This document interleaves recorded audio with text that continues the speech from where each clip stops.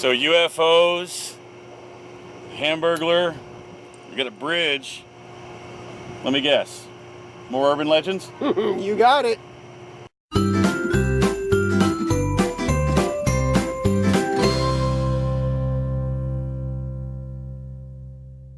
Good morning, Scallywags. Hello, welcome back. Welcome back to week number 6. Well, we were weeks. in week 6 to begin with, but you're here now. So that you Is that a thing? said welcome back to week 6. Well, yeah. That doesn't apply. That doesn't apply. You're right. Yeah. We're in the Welcome 6th back week to 13 weeks. of 13. Yeah. That works. And that's the 13 weeks leading up to the week of Halloween, our favorite day of the year. Yes. We look to it every year because, we get to just be ourselves for a whole day. Well, he gets to do it for a whole month. See, this is the costume, as far as I'm concerned. But when I look like this, that's the real me. I see this every day, so it's just... Anyway. So we're back to urban legends, guys. And no cryptids. bridges. No bridges this No week. bridges this I week. am That's weird. astounded. I don't know how to feel about that. It's so many urban legends. I don't know why, but why bridges are so, like synonymous with urban legends. But urban legends and just general bad things happen around bridges. But let's digress. That's a story for another time. Yeah. It's a story for another time. What do you got for us today, Spook? Oh, I've got a couple popular ones here. We're going up to New York. New York. And Cropsy. In the mid-1990s, Ariel Abramowitz.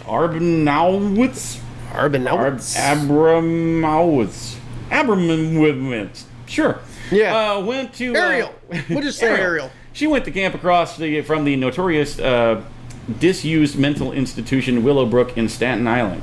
She recalls the counselors taking campers to an old building on the site with something like blood smeared on the walls and spooking them with tales of a boogeyman called Cropsy. Allegedly, he was a respected community member who went mad after his son died at the camp and ran into the woods vowing revenge on the campers. So basically, Jason. Yeah. They made it like kids. this crazy guy kidnapped kids who didn't behave, who now lives in Hoboken. Ariel She's lives from in Jersey. Hoboken. Yeah, Yeah, she's from Jersey. Yeah. And it was like a scare tactic. And Willowbrook was ripe with urgent legends. Urgent legends. You did it this week. Urgent legends. Hey! Urban legends, says Josh Zeman, director of the 2009 documentary Cropsy. And there really were kids disappearing from the area, so it was natural for people to just put 2 and 2 together. But Cropsy might have actually been real. Yeah.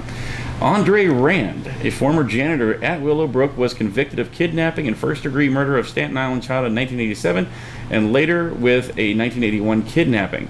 He's currently serving 2 sentences of 25 years to life, and will become eligible for parole in 2037. So maybe there's a little bit of truth to that legend. Could be. It's kind of weird. Well, all fiction is at least based in fact. Yep, some part of it, some part. Neither of us can talk today. I have an excuse. He does. Sure he does. But anyway, so from New York, we're going to go down just a little bit to Pennsylvania, and we're going to talk about the End Goblin. Pennsylvania. Apparently, according to local legend, there was a monk who loved money and power more than he loved God. He loved bunnies? He loved bunnies. No, he loved power and money more than he loved God. Bunny power. He would hear confessions of the good folk who attended the mission and then would blackmail them into giving him gold and silver to keep their darkest secrets. He turned many a wayward sinner's feet towards the fire of hell rather than the gates of heaven, encouraging their crimes in secret while he revealed them in public. Once he was found out, it goes on to say that he was hung for his crimes. But just after he was cut down from the noose and pronounced dead, his corpse began to transform before the horrified eyes of the villagers. To a giant bunny!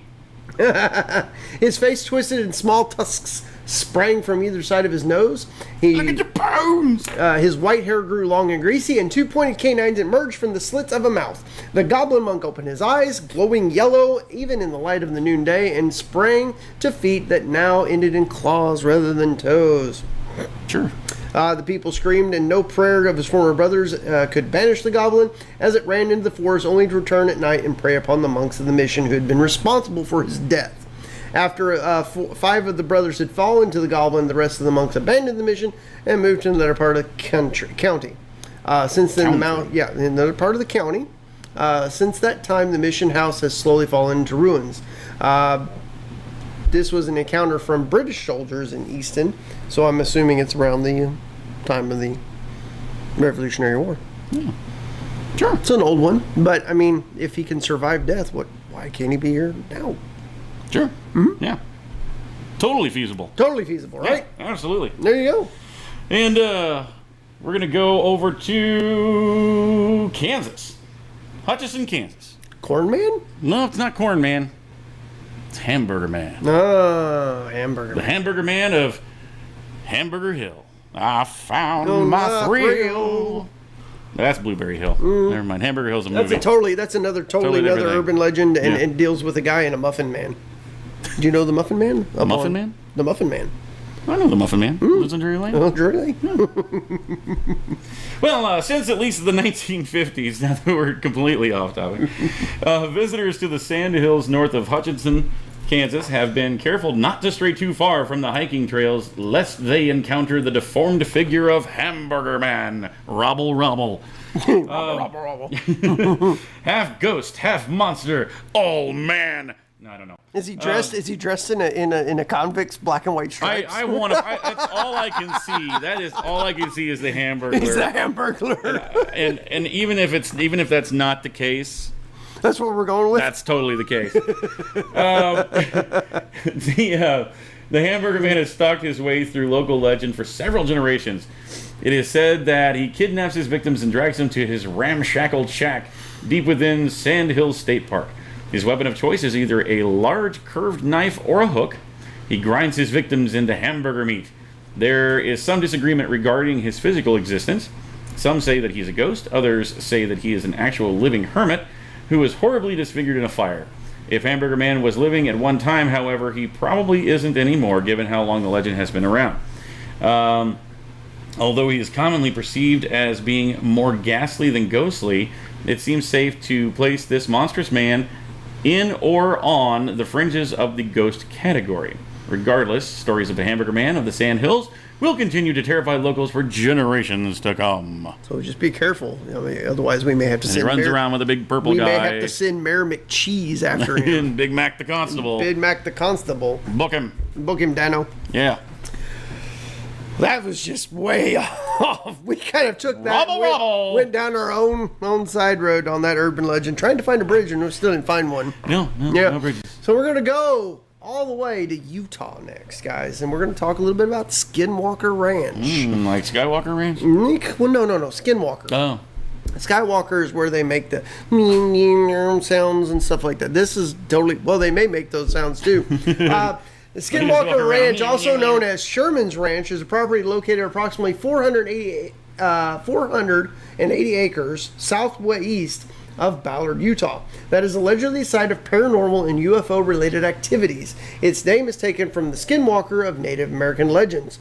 Claims about the ranch first appeared in the Salt Lake Desert News and later in the alternative weekly Las Vegas Mercury as a series of articles by journalist George Knapp. These early stories detailed the claims that a family had recently purchased and occupied the property, only to experience an array of inexplicable and frightening events. He goes on to say that one can see ghosts and aliens and UFOs and other phenomenon. Like the Hamburglar. More than 100 incidents have included vanishings and mutilated cattle, sightings of unidentified flying objects or orbs, large animals with piercing red eyes that they say were not injured when struck by bullets, invisible objects emitting destructive magnetic fields. The Army Colonel John B. Alexander characterizes the NID Psi effort as an attempt to get hard data using standard scientific approaches. So basically, guys, you could experience anything out there. So what does that lead us to conclude? It's an acid trip. Sure, I guess. No, I guess we could go with that. I mean, you can see anything. You could... Aliens. I could get mutilated. Yeah. Or it could get chased by an indestructible creature. You could rape an alligator. You could rape an alligator while being filmed and think you're Bigfoot with a UFO providing stage lights. Movie idea. So anyway, guys, that's gonna wrap it up for our cryptid, or not for cryptids, for our week Urban 6 legends. urban For legends. the urgent lebens. For the urgent lebanins. Lebanon. And if you have anything out there that you guys think we would be interested in as far as urban legends or cryptids for that matter, Yeah, or just a show or idea. just a show idea, put it in the comments below. Yeah. Make sure you check us out on Facebook, Instagram, and Twitter. Do all the YouTubes as well. You know, make sure you like and share and subscribe and comment and Thumbs give up. us feedback. We love feedback. Yeah, we love feedback. Yeah, but most importantly, subscribe and get others to do so. So sharing comes in there as well. It doesn't have to be, on Facebook. You can put it on Reddit or Tumblr or Twitter or whatever. Just you know what? If they subscribe, did you tell them about the $25? That's what I'm getting ready to tell them about $25. Whoever, once we surpass 200 subscriptions, which we're getting close, only about 25 people away from that, then whoever has done the most amount of sharing and done the most to bring others into the show, we're getting you a $25 gift card. Now, we had been posting that as an Amazon gift card, but we've decided that it can be whatever kind of gift card you want. Yep. So you want iTunes, Walmart, Target. Heck, if you even want it, we'll do a Lowe's gift card. Yeah. But a gift card of your choice. Yep. Yeah. So get to work. And I guess other than that, see you tomorrow for Worst Week Wednesday. Hi, we're Team Rocket. This is your Russian clip of the day.